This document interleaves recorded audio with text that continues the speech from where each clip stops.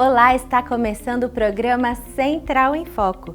Este programa é uma iniciativa da Igreja Presbiteriana Central de Londrina. A Igreja Central está presente na cidade por meio de polos, mas todos compartilham da mesma missão: amar, cuidar e encorajar a todos a fim de crescer em relacionamento com Jesus Cristo. No programa de hoje você confere um bate-papo com o presbítero Flávio Melo. A Igreja Central comemora 83 anos de existência na cidade de Londrina e você vai saber um pouquinho dessa história. Na sequência você confere um testemunho que vai edificar o seu coração e o reverendo Osni Ferreira traz uma palavra de Deus para nós. Então não sai daí, porque o programa Central em Foco começa agora.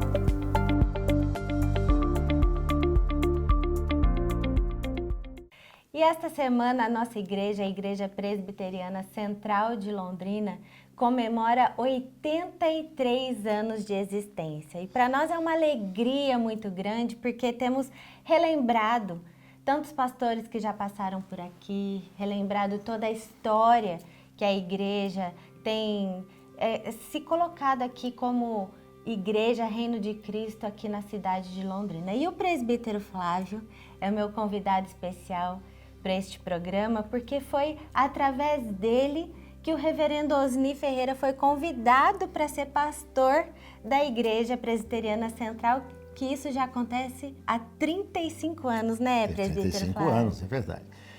Parece que foi ontem, né? Parece que passou tanto tempo assim, desse jeito. Eu lembro, né, que nós tivemos assim umas 2 visitas do reverendo Osni aqui em Londrina. Um foi com o intercâmbio da mocidade e o outro foi, ele passou, fez um trabalho de pregação. E ele deixou naquele momento uma excelente impressão como um pastor, que seria um pastor muito bom e tudo. Como o reverendo Jordão estava assim com vontade de ir para São Paulo, porque tem filhos em São Paulo, a esposa querendo ir para São Paulo e tudo isso, surgiu a possibilidade de a gente ter. Ele tinha vindo aqui fazer, assim, muito há pouco tempo, assim, tinha um trabalho aqui com a mocidade, né? Foi um trabalho muito bom na igreja e tudo. E nós tivemos, assim, um contato mais perto com ele e tudo, né? E logo depois disso surgiu necessidade, então, da ida e a gente providenciar um pastor. Então, coube a mim, eu fui a São Paulo, encontrei com o reverendo lá na igreja dele. Ele me mostrou a nova igreja, me mostrou o McDonald's, onde era a antiga igreja que eles venderam, e com dinheiro eles fizeram uma grande igreja lá em São Paulo. É verdade. Muito bonita, muito bem arrumada, num lugar excelente, com espaço de sobra para muitas coisas e tudo isso lá. E assim eu vi nele lá também, confirmando que realmente ele era um pastor visionário, um pastor que tinha assim, arrojo para fazer as coisas pelo reino de Deus, e ali estava mostrando claramente. Então nós marcamos uma data muito próxima daqueles dias, para ele vir aqui em Londrina conversar com o conselho, porque na igreja presbiteriana, tudo, nessa parte, tudo é decidido pelo conselho da igreja. Então ele foi lá e nós conversamos, foi feito algumas perguntas para eles, assim, umas eu acho que até um pouco capciosas, outras assim, um pouco embaraçadas, mas ele saiu de uma maneira muito boa, ele respondeu com clareza, com firmeza e mostrou autoridade naquilo que ele estava fazendo e convicção de tudo aquilo lá. Então, quando terminou essa reunião do conselho, a nossa decisão é o seguinte: esse é o pastor, não precisamos nem procurar outro, porque nós já estamos assim, muito satisfeitos. Porque é normal a gente trazer 4, 5 pastores, todos eles pregam no domingo, a gente conversa com a igreja, não, esse não teve nenhum caso desse jeito. Foi suficiente uma conversa com o conselho. E nós já afirmamos que o Jordão estava liberado para voltar para São Paulo e o Osni podia tomar as providências que ele precisava lá em São Paulo para ele vir para Londrina e para ser o pastor. Interessante que quando a gente lembra dessa história, estamos falando de um jovem de apenas 32 anos, né? É verdade. Eu também era moço naquela época. Sim, todos nós, né?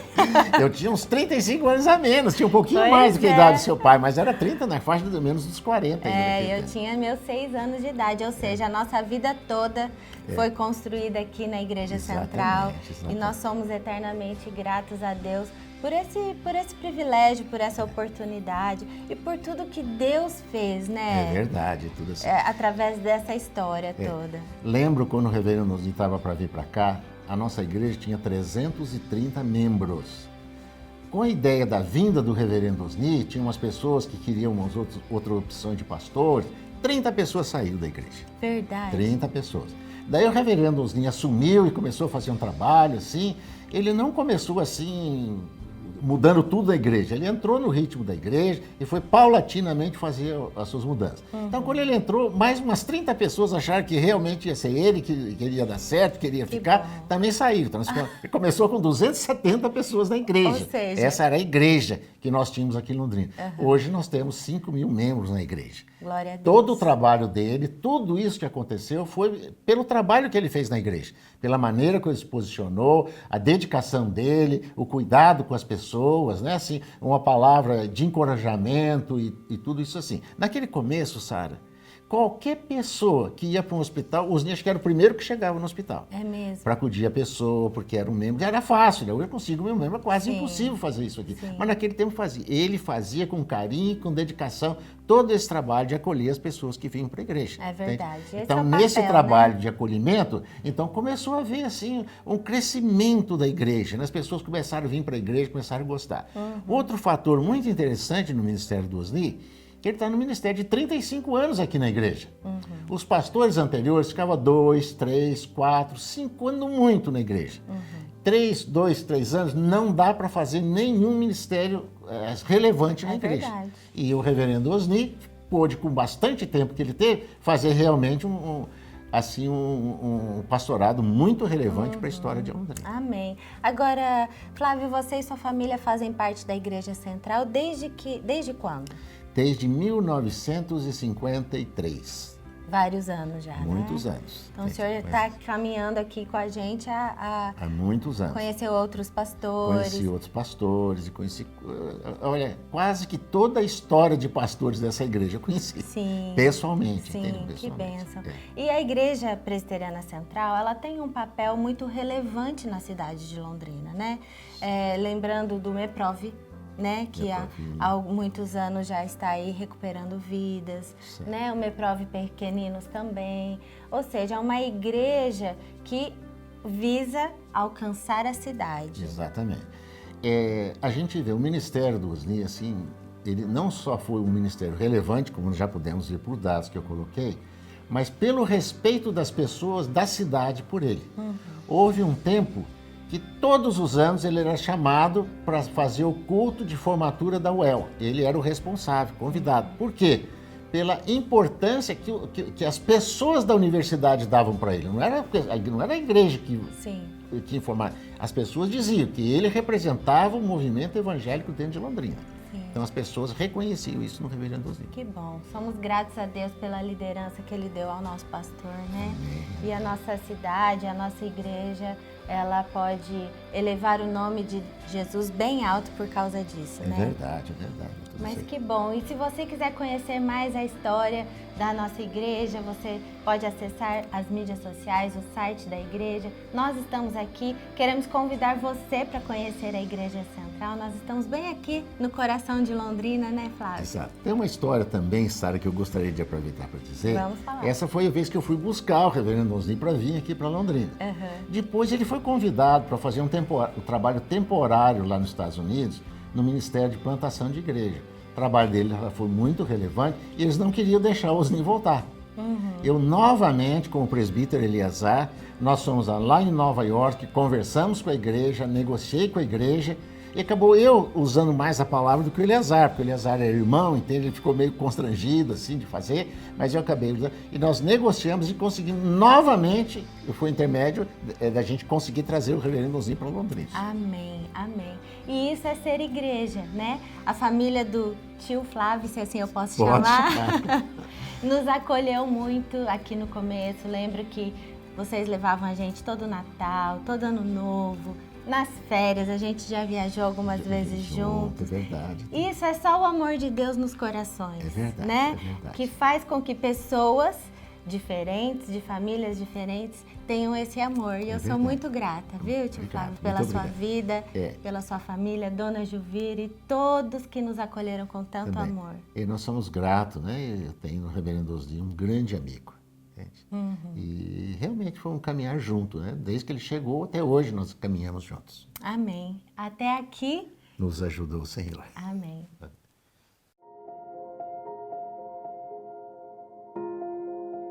O Meu testemunho é das muitas bênçãos que eu tenho recebido através da célula que eu participo, né?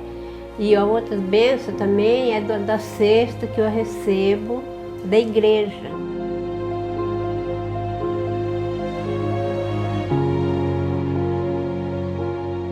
Eu recebo só um salário, né? E um salário para quem paga aluguel, paga água, luz, às vezes tem que comprar um remédio, né? Então, às vezes, sempre lhe falta alguma coisa pra gente. Mas depois que eu comecei a receber, daí as coisas já melhorou mais pra mim. Faz 2 anos que eu recebo o quilo do amor. E pra mim ainda é bom porque tem uma filha minha também que está desempregada, ainda eu ajudo ela, né? Então é bom pra mim e pra ela também. Eu gostaria de agradecer todo mundo que participa, que leva o quilo do amor e pra mim faz um benefício muito grande. Eu agradeço essas pessoas, né? Que não é só eu que eles ajudam, que eles ajudam muita gente, com certeza, né? As células são muito bons, né? Para mim é da minha família, a mesma coisa de uma família para mim. O João, a Cida, todas as pessoas, né, que participam lá junto são tudo bom. Ele me conhece há tempo, né? Então ele sabe como a minha situação, né? Daí ele falou para mim que ia ver se conseguia lá para mim na igreja, né? Que muita gente recebia, então ele ia conversar lá com os irmãos lá para ver se conseguia para mim também. Daí eu fiquei muito agradecida. Muito feliz, até hoje eu agradeço muito, primeiramente a Deus, depois o João, depois as pessoas da igreja, os irmãos, né? Deus é bom demais e eu agradeço todos os dias. Meu nome é Maria das Dores de Oliveira. Deus abençoe todo mundo, que nunca falta para ninguém.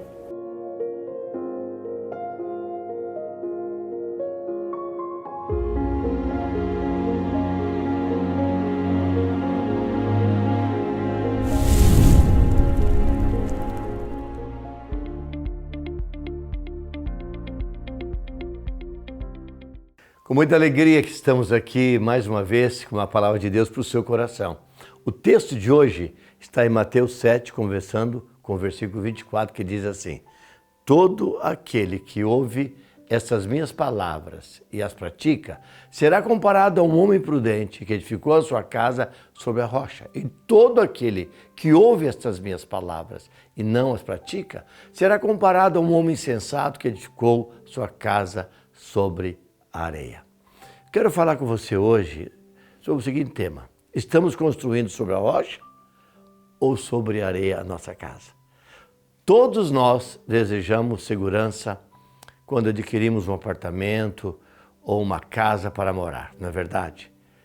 Pensando nisso, precisamos prestar muita atenção no imóvel que porventura venhamos a adquirir. Todo edifício deve ser construído sobre alicerces sólidos, de ferro, concreto, aço e outros elementos que só os engenheiros da construção civil sabem muito bem definir. Imaginem só quanto maior deveria ser a nossa preocupação em relação à casa ou edifício espiritual que nós estamos construindo para a eternidade. Jesus, no final do Sermão do Monte, falou sobre os 2 fundamentos, comparando a construção feita pelo homem prudente, que sabiamente edificou sua casa sobre a rocha, e o homem tolo, que insensato, que construiu sua casa sobre areia.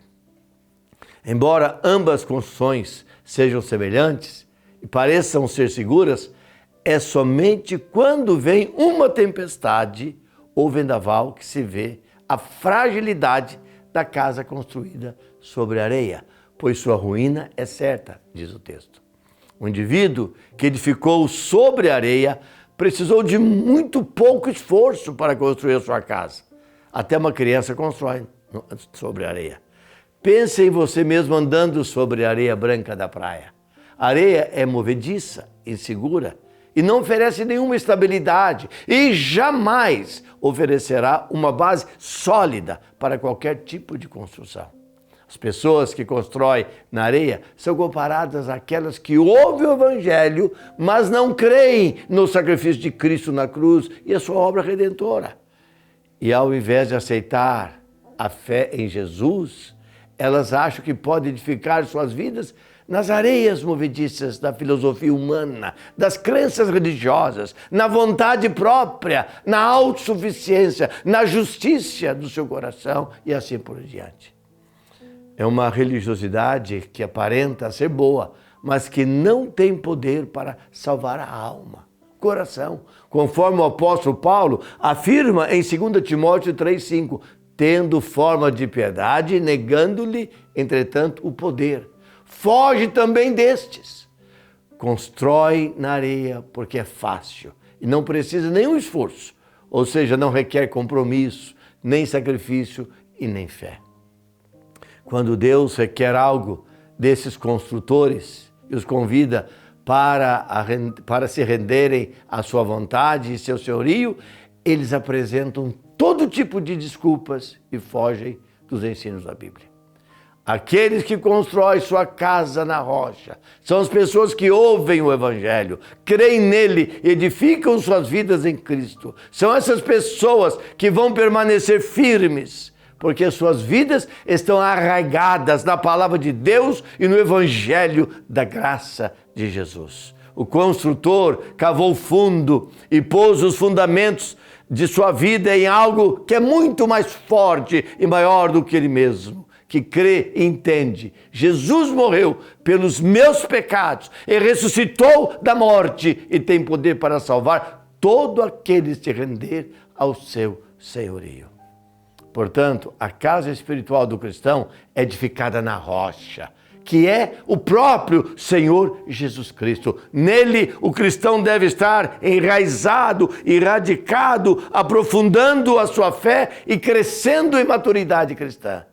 Quer queiramos ou não, enquanto estamos aqui neste mundo, estamos construindo uma casa espiritual. A cada dia estamos fixando um tijolo, uma tábua, um prego, e a casa vai sendo levantada e poderá estar ficando muito bonita aos nossos olhos. Mas vale a pena pensar e refletir sobre qual fundamento estamos edificando a nossa casa espiritual. E a pergunta é esta: na rocha ou na areia? Só você pode responder essa pergunta. Oremos. Obrigado, Pai, porque Jesus já nos deu tudo, ensinou todas as coisas. Cabe a nós uma decisão. Eu oro por este amigo, amiga que está aí me ouvindo neste momento. Pai Santo, que o seu coração possa, com sinceridade, neste momento, fazer essa escolha. Edificar sua vida, sua casa, sua família na rocha. Ou se perder pelo caminho da facilidade e dos olhos humanos. Tenha misericórdia, sopra com o teu poder e abençoa esta vida. É o que eu peço. Em nome de Jesus. Amém. Muito obrigado pela sua audiência. Nós estaremos aqui na próxima semana, trazendo uma palavra de Deus para o seu coração. E não se esqueça dessa verdade. Jesus Cristo ama muito você e toda a sua família.